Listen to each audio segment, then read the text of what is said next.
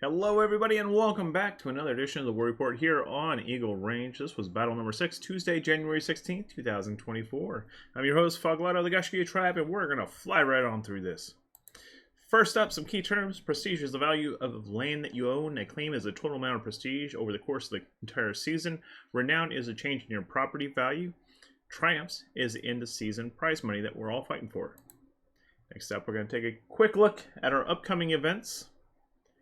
All of Chaos is the current phase that we're in. We have just 3 more battles before the end of that.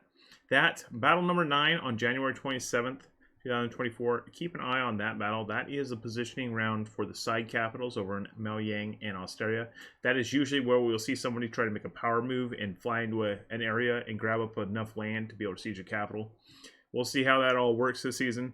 Now, if you are one of the few people that has been maxing your house EXP every single day since the beginning of the season, battle number 8, that is January 23rd, will be the day that you turn rank 8. Now, if you missed a single day of maxing it, you won't make it. So, yeah, for those that are still pushing, it's going to be really impressive to see if we have anyone out there that can hit house rank 8 on January 23rd. Alright, let's go ahead and take a quick look at the war summary. Alright. Tonight we saw 49 houses fighting with 17 alliances, 160 fiefs. Total prestige of 67,675. Miaoyang has 13,750 of that prestige with 39 fiefs available. Deuce Volt currently has 63% of Miaoyang. Cohorts own 24%. Next up in the Borderlands, we have a total prestige of 39,325. Total fiefs is 78. Vastator owns 26% of the Borderlands. The cohorts own 23%. Hibernia with 18%, Maelstrom with 7%, and Shadowfall Legion with 7%. Over in Asteria, we have 14,600 total prestige. Total of 43 available fiefs. Cohorts own 35% of the world. The Three Kingdoms has 29%, Deliverance with 18%, Ebony Ivory with 8%, and Inglorious with 6%. Next up, we're going to slide on over to Asteria. This was quite an interesting night. This is where we started. Now see if you can spot the little tiny changes that happened tonight. Yep, there you go. I'm going to have to change one of the Ebony Ivory's color now that they're over there. I'm going to have to change it. It's too close to the Kingdom, so forgive that. But looking at the changes, quite a bit of stuff going on here. Atlas gained 5, I-Team gained 2, Continental with 2, Mortality with 2, Cohorts with 6, Saphira with 3, Thoys with 7, and Partisans with 1. Looking at the houses of Asteria, you have the Austerian Legion currently owning 35% of the land. That is 5,150 prestige. Continental in second with 2,100. I-Team with 1,800. Atlas 1,350. I Kingdom 1,050. Thoys 1,050. Shockers 900. Mortality 600.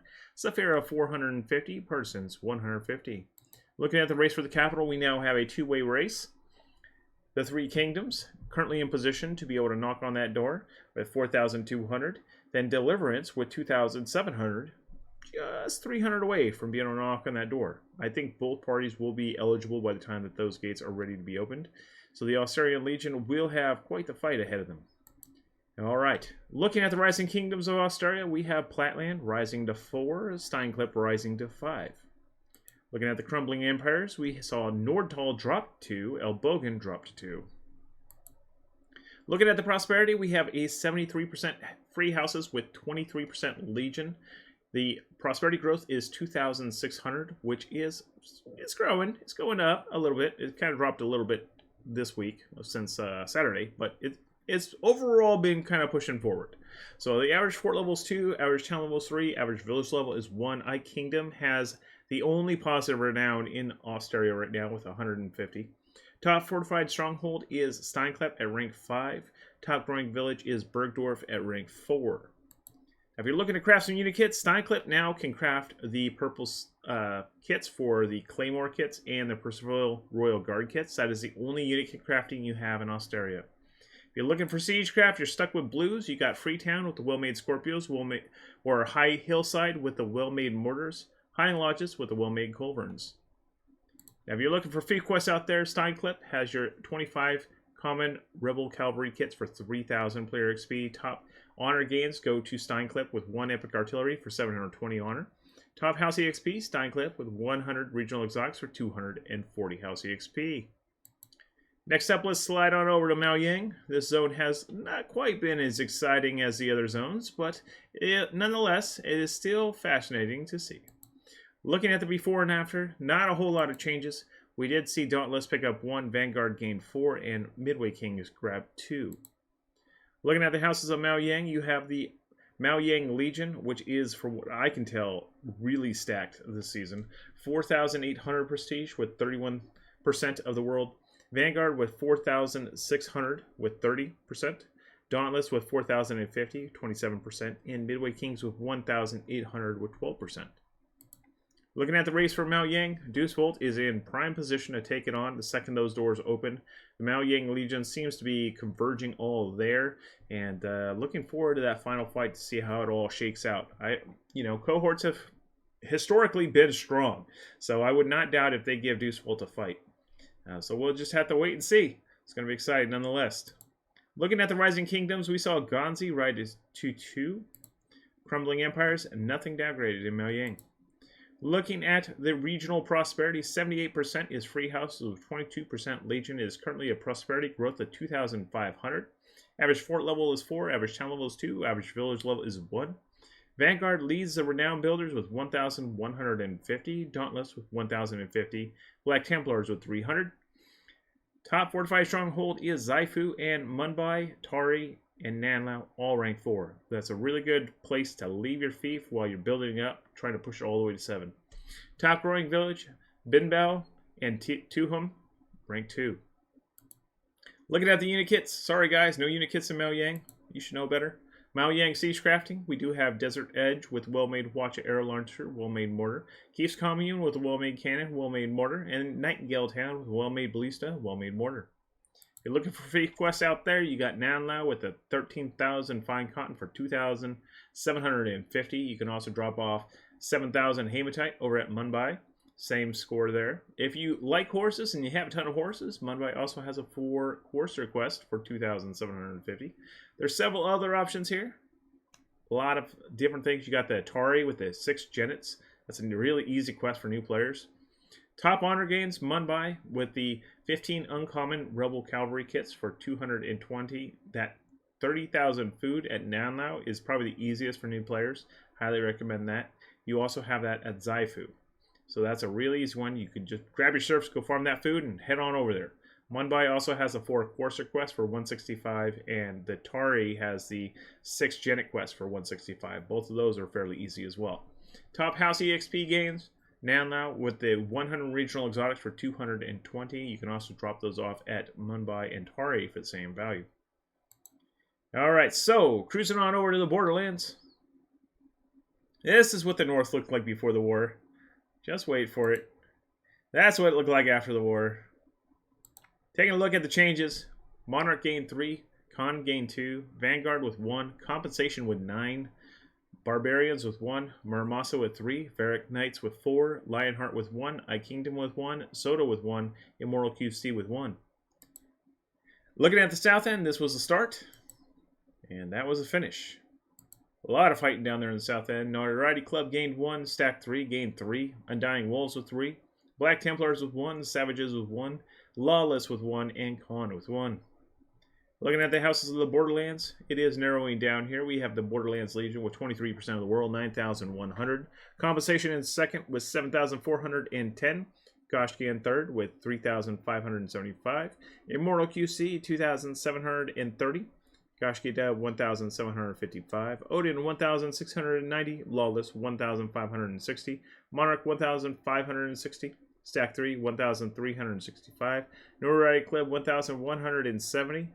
Homegrown, 975. Barbarians, 975. Khan, 975. Varric Knights, 780. Chosen One, 780. Muramasa, 585. Undying Wolves, 585.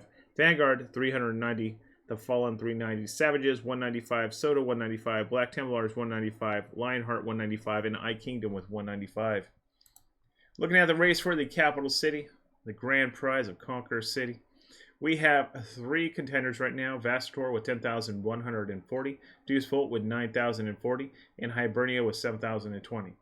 Out of these 2, you know the first 2 are probably a shoe-in for fighting this. We'll see if somebody can muster up enough strength over there in Australia to be able to fight this as well. Now keep in mind that if it follows the same path as previous seasons, the capital cities on the sides don't count towards the total influence required to siege the capital. So definitely keep an eye on the patch notes to find out if that is true this season or if it's going to change. All right, so Rising Kingdoms in the Borderlands. We saw Kerlik grow to 7, Bridia grow to 7, Tizum grow to 3, and Tulao grow to 3. Looking at the Crumbling Empires, we saw Zanwu drop to 2. Looking at the Prosperity, 94% is Free Houses with 6% Legion. We are sitting at a Prosperity growth at 10,920. Average fort level is 2, average town level is 3, average village level is 1. Top renown builders is Goshkia with 1,365 renown. Compensation with 650, Midway King is 585, Mortality 585, and Shockers with 390. Top fortified strongholds in the region is Bridia and Kerlik at rank 7. Top growing village is Vrula, Eruluf, Hafren, all rank 2. Looking at the unit kit crafting scene, you now can craft several unit kits out there. Over at Bridia, you can craft the Chevalier, Zweihander, Huskarl, and Percival Royal Guard kits. Kerlik will allow you to craft the Keshig, Zweihander, Kriegsbreeder, and Percival Royal Guard kits. Sobek with the Azad kits, Halberd Sergeant kits, Whalewin with the Kriegsbreeder, Percival Royal Guard kits. Looking at siege crafting, you now can craft optimal Scorpios, well-made grape shot cannons, and well-made culverins at Bridia. You can craft optimal ballistas at Kerlik. Kings Valley allows you to craft a well-made grape shot cannon. No Man's Town with well-made ballista, well-made mortar. Old Prospect, well-made grape shot cannon, well-made watch air launcher. Shaman's Hill, well-made grape shot cannon, well-made ballista. Sobek with well-made cannon. Whalewind with well-made cannon. Looking at feat quests in this region, you can tell they're pretty hot. Bridia has a 5 Corsair quest for 4,000. It also has a 6 Genet quest for 4,000. Those are really good quests to turn in if you're brand new to this game. Top honor gains, Kerlik with 1 Epic Artillery for 960. Top House EXP, Whalewind with 100 Regional Exotics for 240. As well with Sobek, same quest. So, this brings us around to tonight's raffle. Let's go ahead and see if you want to win 200 Sovereigns. Who wants to win it? Let's go. Alright, come on. Give me some CBs here.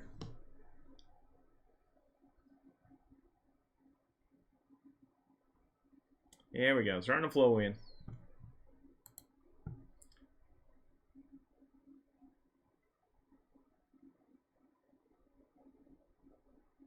Alright.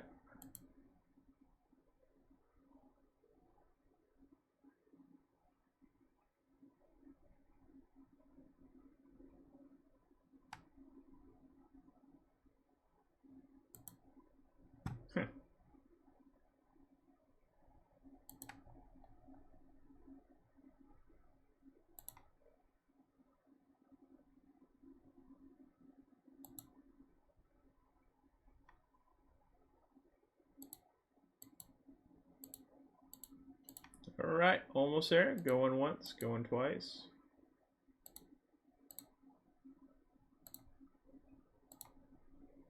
Congratulations to Mr. McLovin. You win tonight's raffle. I'll shoot you over the code shortly after the stream. And let us go ahead and continue. All right, first up we go to the rankings. Most prestigious fiefs in the land. Rank 7 fiefs, Bredia and Kerlik. Rank 5 fiefs include Sobek, Steinclip, and Whalewin. Looking at the fief race, we have top houses. Rank 7, Vanguard, Gashkia, Continental, Midway Kings, Monarch, I Kingdom, Notoriety Club, Barbarians, Shockers, Mortality, Savages, Gaia. In the House Level 6 category, we have Dauntless, Immortal QC, I-Team, Odin, Lawless, Stack 3, Doys, Khan, Homegrown, Chosen Ones, Muramasa, Undying Wolves, Saphira, Durandon, Vigilantes, Initiative, Hear, Speak, and Death Guard. In the House Level 5 category, we have Compensation, Gashkia Dub, Atlas, The Fallen, Black Templars, Soda, and Partisans.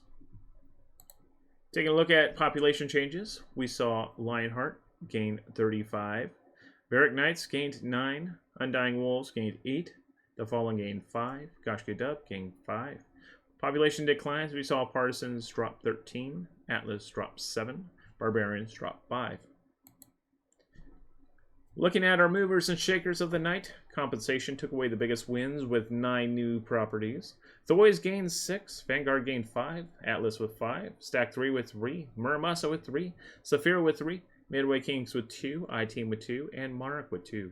The biggest losses of the night, Continental took a hard break with negative 12, Homegrown with 5, Gaia lost 4, Chosen Ones lost 3, Shockers lost 3, Mortality lost 2, Black Templars lost 2, Partisans lost 2, Birds of Prey lost 2, and Death Guard lost 2. Looking at our top 10 houses, Compensation is number 1 of Vastator with 7,410 prestige.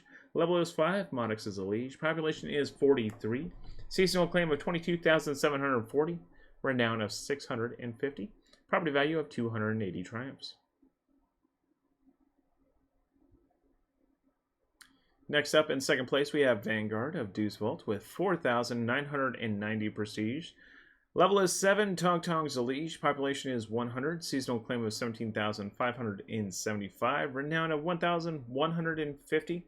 Property value of 235 triumphs. Next up in third place, we have Dauntless of Deuce Vault with 4,050 prestige. Level is 6, Tanavas Liege. Population is 94. Seasonal claim of 16,380. Renown of 1,050. Property value of 195 triumphs.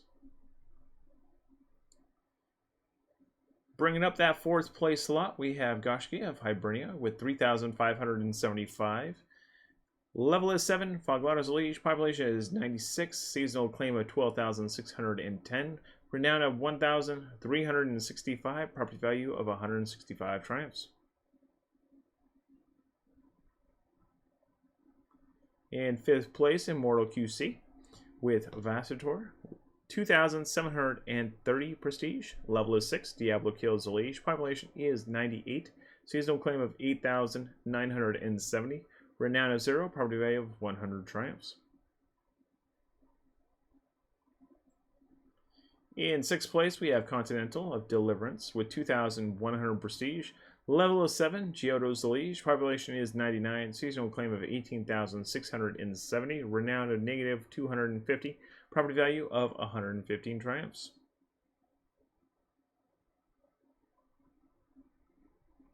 In seventh place, we have Midway Kings with 1,800 prestige. Level is 7, LK's a liege. Population is 95. Seasonal claim of 8,240. Renown of 585. Property value of 75 triumphs.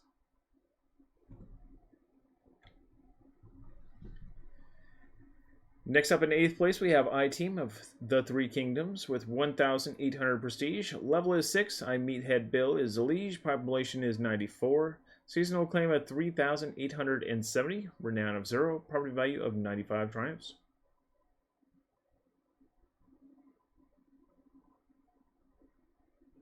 In 9th place, Gashkia Dub of Hibernia 1,755 prestige. Level is 5. Fuglar's Leash. Population is 92. Seasonal claim of 7,085. Renown of 0. Property value of 65 triumphs. And bring out that 10th place slot, we have Odin of Hibernia with 1,690 prestige. Level is 6, Larcenator's Leash. Population is 100. Seasonal claim of 7,215. Renown of 65. Property value of 70 triumphs. That brings us around to our top 30. Go and check yourself and see where you stack up against the competition.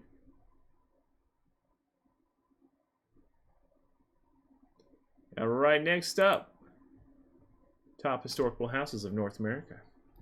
Vanguard currently solidified that lead with a 40,000 point lead.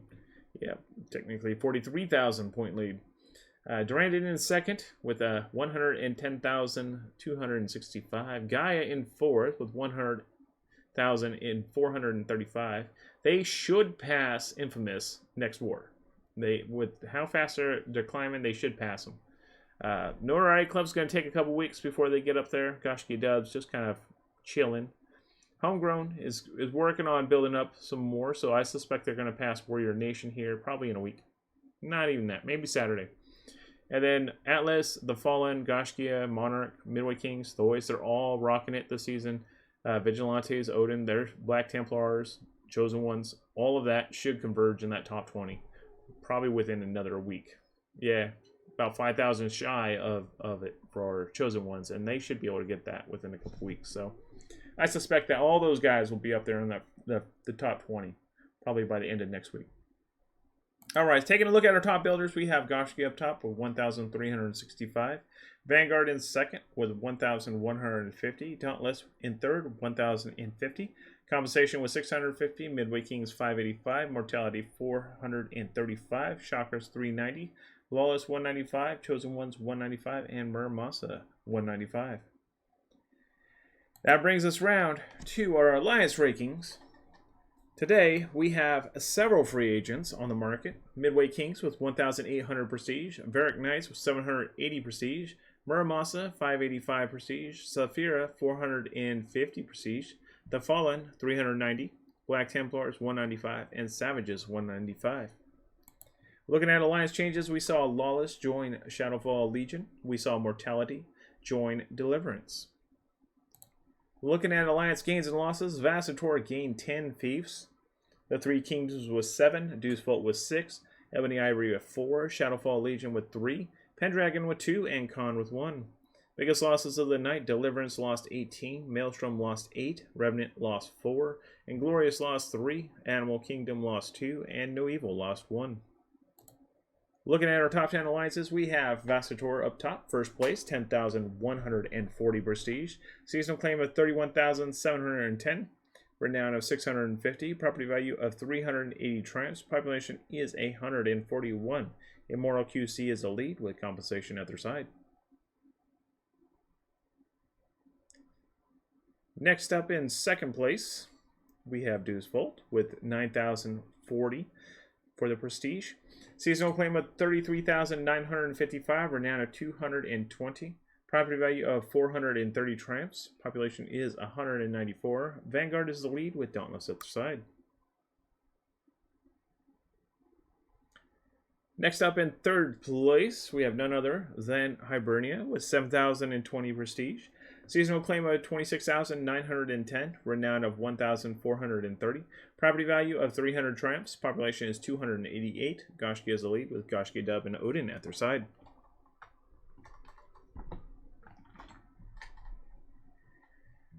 Next up in fourth place, you guys guessed it, the Three Kingdoms. 4,395 prestige. Seasonal claim of 10,575, renown of 150. Property value of 200 triumphs. Population is 224. I-Kingdom is the lead with I-Team and Atlas at their side.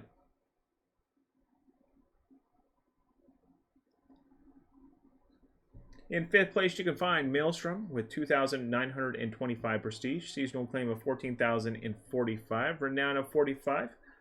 Property value of 115 triumphs. Population is 242. The Notoriety Club is the lead with Homegrown and Chosen Ones at their side.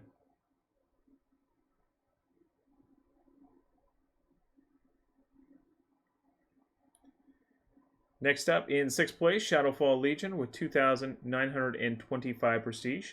Seasonal claim of 22,115. Renown of 195. Property value of 180 triumphs. Population is 281. Stack 3 is elite with Lawless and Initiative at their side.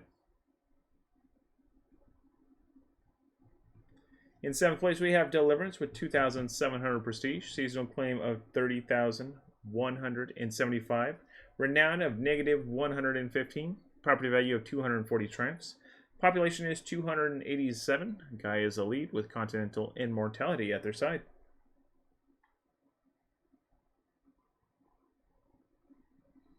Next up in 8th place, we have Pendragon with 2,535 prestige. Seasonal claim of 9,965. Renown of 0. Property value of 100 triumphs.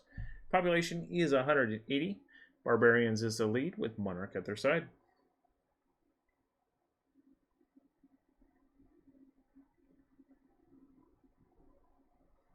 Next up in 9th place, we have Ebony Ivory with 1,200 prestige.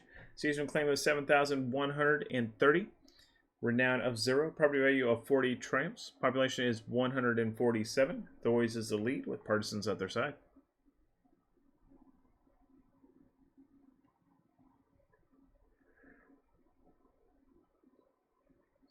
And last up in 10th place, Khan with 975. Seasonal claim of 1,820. Renown of 0. Property value of 35 triumphs. Population is 225. And as we just saw, Khan has merged into Khan and has room for 2. So Conquest and Contra are dropping from the Alliance to make room for more.